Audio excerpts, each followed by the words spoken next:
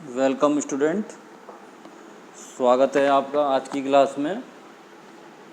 हमारा पिछली क्लास का टॉपिक था इनकम टैक्स में determination of residential status of firm and AOP. Firm और एओपी की निवास की स्थिति का निर्धारण। आज हम कंपनी की निवास की स्थिति का निर्धारण का अध्ययन करेंगे कि कोई कंपनी कब रेजिडेंट होती है और कब नॉन रेजिडेंट होती है।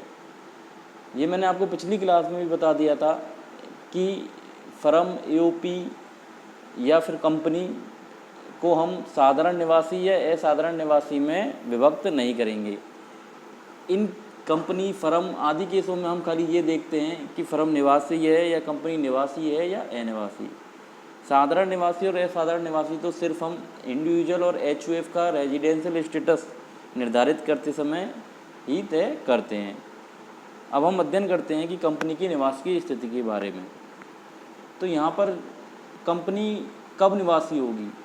कंपनी की निवास की स्थिति का निर्धारण कंपनी के भारत में रजिस्ट्रेशन पर निर्भर करता है। यदि कंपनी भारत में सम्मिलित है, यानी जिस कंपनी का रजिस्ट्रेशन भारत में हुआ है, या यदि किसी कंपनी का रजिस्ट्रेशन भारत में हुआ है तो वह भारतीय कंपनी कहलाएगी, और यदि कंपनी भारतीय है तो वह भारत में रेजिडेंट कहलाएगी। ठीक है, भारत में निवासी कहलाएगी। यानी यदि कंपनी भारतीय है या कंपनी का सम्मिलन या रजिस्ट्रेशन भारत में हुआ है तो वह कंपनी क्या कहलाएगी? निवासी। यदि यह शर्त पूरी नहीं होती है तो दूसरी शर्त यह है कि कंपनी का जो इफेक्टिव मैनेजमेंट है यानी प्रभावी प्रबंध है वो कहाँ पर स्थित है? वह पूर्ण रूप से भारत में स्थित है।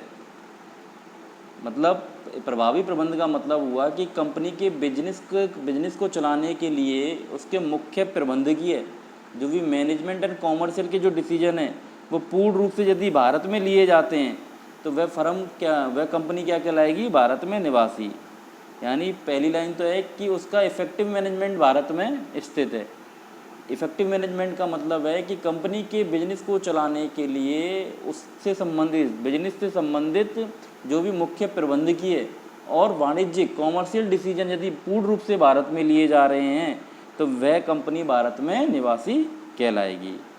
तो भारत में निवासी होने के लिए कंपनी को क्या करना है कि कंपनी को भारत में निवासी वही कंपनी भारत में निवासी कहलाएगी यदि वह उन दो शर्तें जो दी गई हैं उनमें से कोई भी एक शर्त या दोनों शर्तों को पूरी कर दे। तो पहली शर्त तो थी कि वह कंपनी भारतीय कंपनी हो या भारत में सम्मिलित हो। यदि वह भारतीय कंपनी नहीं है या भारत में सम्मिलित नहीं है तो फिर हम ये देख सकते हैं कि उसका प्रभावी प्रबंध पूर्ण रूप से भारत में स्थित रहा हो। कंपनी का प्रभावी प्रबंध इफेक्टिव मैनेजमेंट पूर्ण रूप से भारत में स्थित रहा हो। प्रभावी प्रबंध या इफेक्टिव मैनेजमेंट से यहाँ पर मतलब है कि कंपनी के बिजनेस से संबंधित जो भी मुख्य प्रबंधकीय निर्णय हैं या वाणिज्यिक कॉमर्शियल डिसीजन है वे पूर्ण रूप से भारत में लिए जाते हों। अब कंपनी ये तो होगा कंपनी निवासी कब कहलाएगी? यदि वह भारतीय कंपनी है या जिसका भारत में सम्मिलन हुआ हो या फिर उसका प्रभावी प्रबंध भारत में पूर्ण रूप से स्थित हो। अब कोई कंपनी नॉन रेजिडेंट कब कहलाएगी? यदि नॉन रेजिडेंट इसका उल्टा हो गया, यदि वह कंपनी भारतीय कंपनी नहीं है, अर्थात यदि उसका सम्मिलन भारत में नहीं हुआ है। यदि कंपनी का सम्मिलन भारत में नहीं हुआ है तो वह भारतीय कंपनी नहीं है, और या फिर उसका इफेक्टिव मैनेजमेंट पूर्ण रूप से भारत के बाहर है। या तो नॉन रेजिडेंट कब कहलाएगी? या तो कंपनी का जो भी अपना प्रभावी प्रबंध है पूर्ण रूप से भारत के बाहर है, या फिर कंपनी भारतीय कंपनी नहीं है। ठीक है, यदि इन दोनों में से एक भी शर्त पूरी हो रही है तो वह निवासी कहलाएगी। यदि ये दोनों ही शर्त पूरी नहीं हो रही है तो वो क्या कहलाएगी? भारत में अनिवासी कहलाएगी, नॉन रेजिडेंट इन इंडिया। ठीक है, यदि कंपनी या नॉन रेजिडेंट के लिए क्या चेक करना है? ना तो कंपनी भारतीय कंपनी है, मतलब उसका सम्मिलन या इनकॉर्पोरेशन या रजिस्ट्रेशन भारत में नहीं हुआ है, या फिर उसका जो इफेक्टिव मैनेजमेंट है पूर्ण रूप से भारत के बाहर है।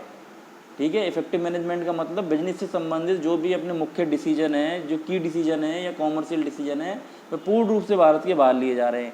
यदि इन दोनों शर्तों में से कोई भी दोनों शर्तें पूरी नहीं हो रही हैं तो वह कंपनी क्या कहलाएगी, भारत में अनिवासी या नॉन रेजिडेंट कहलाएगी। ठीक है, तो एक उदाहरण दे रखा है इसमें, इलस्ट्रेशन नंबर 2.4, इसको हम करते हैं। Goyal company limited is an Indian company. Goyal company limited क्या है, इंडियन कंपनी है। तो यहाँ पर ये तो वैसे ही क्लियर हो गया, यदि इंडियन कंपनी है तो वह भारत में निवासी होगी। वो कह रहा है आगे, carrying on business in India and foreign country. Goyal company limited Indian company है और वह अपना बिजनेस भारत में भी चलाती है और विदेशों में भी चलाती है। During the year ended March 31, 2020 the effective management of its business was completely situated in India. वो कह रहा है कि 31 मार्च 2020 के गत वर्ष के दौरान उसका जो भी इफेक्टिव मैनेजमेंट है वह पूर्णतः भारत में स्थित रहा है। अब आगे पूछ क्या रहा है वो क्वेश्चन में, would have the residence been different if the place of effective management were situated outside India. वो ये कह रहा है कि यदि उसका इफेक्टिव मैनेजमेंट पूर्ण रूप से भारत के बाहर होता तो उसकी निवासीय स्थिति में कोई फ़र्क पड़ता है क्या? तो इसका आंसर क्या होगा, इसका आंसर होगा क्योंकि गोयल लिमिटेड एक भारतीय कंपनी है, चाहे उसका मैनेजमेंट इफेक्टिव मैनेजमेंट अब भारत में हो या पूर्ण रूप से भारत के बाहर हो, क्योंकि वो इंडियन कंपनी है, उसका रजिस्ट्रेशन भारत में हुआ है, तो वह क्या कहलाएगी यहाँ पर, भारत में निवासी। अब दूसरे पॉइंट में क्या कह रहा है, the company has been an American company and its place of effective management would have situated outside India. अब उसने गोयल लिमिटेड की जो बताया कि ये कंपनी अमेरिकन कंपनी है और इसका इफेक्टिव मैनेजमेंट भी बाहर है, आउटसाइड इंडिया है, तो इसकी निवास की स्थिति क्या होगी? तो इसकी निवास की स्थिति होगी भारत में अनिवासी, क्योंकि इसका जो इनकॉर्पोरेशन हुआ है वह भारत के बाहर हुआ है तथा इसकी इफेक्टिव मैनेजमेंट भी भारत के बाहर है। आज की क्लास में इतना ही, ठीक है बेटा।